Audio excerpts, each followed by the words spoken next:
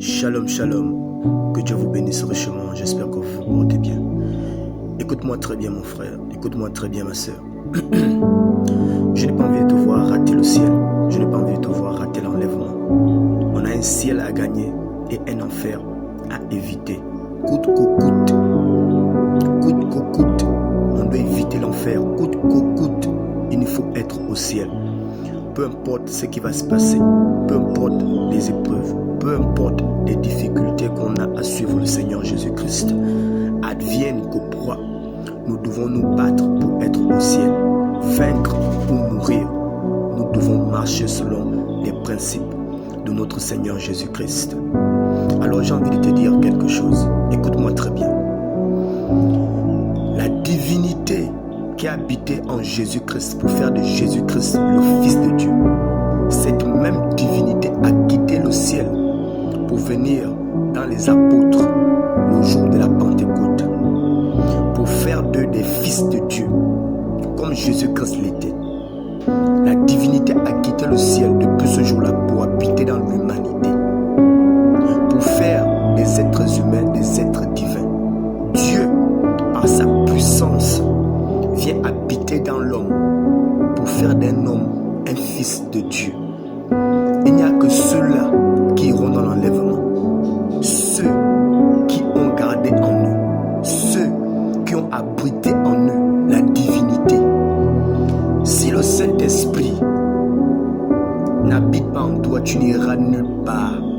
Peu importe tes 20 ans dans une église, peu importe tes 40 ans, tes 50 ans, peu importe le nombre de temps que tu as fait dans l'église en prophétisant, en prêchant l'évangile, guérissant les malades, avec des visions, avec tout ce tralala qui va avec.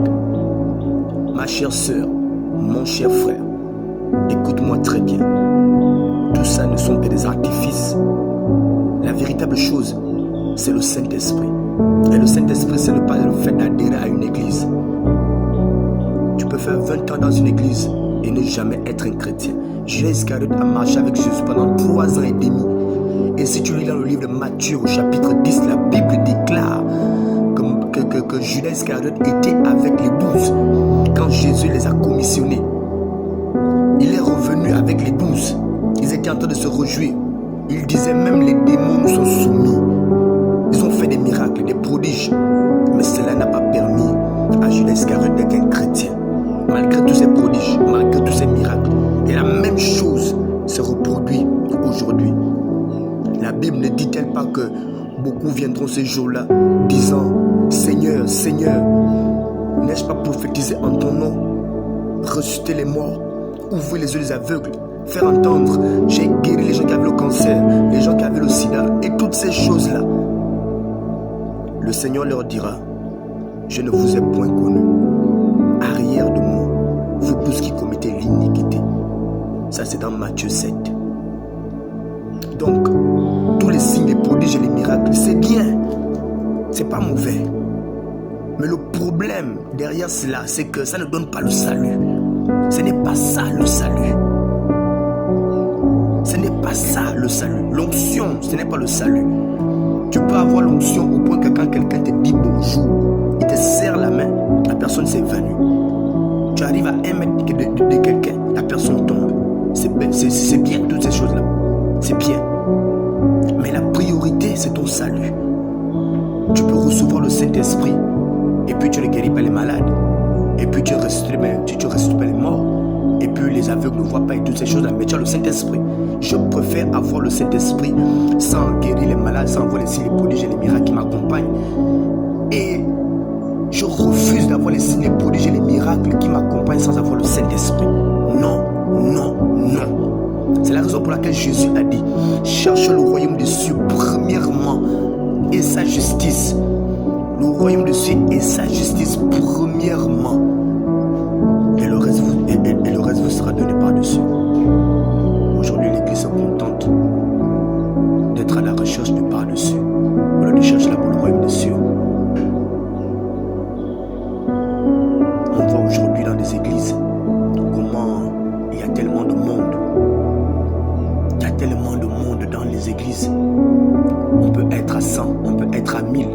Mais combien dans ces 1000-là sont des fils de Dieu nés de nouveau?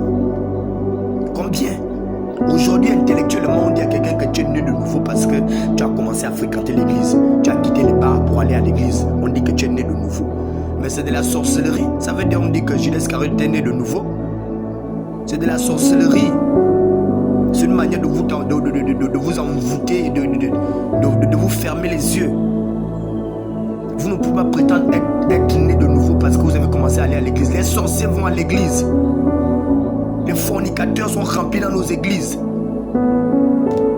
Les escrocs prêchent l'évangile.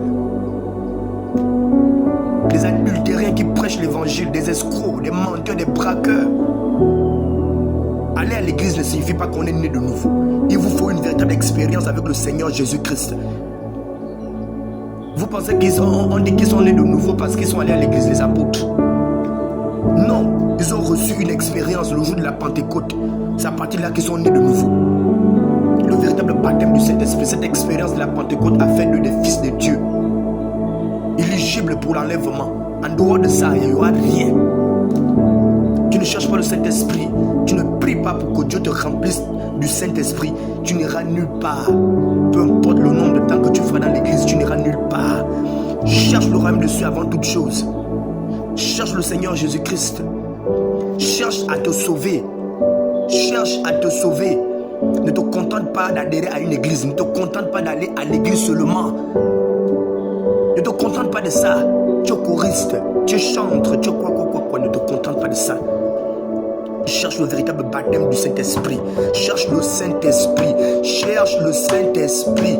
Cherche le Saint-Esprit. Amen.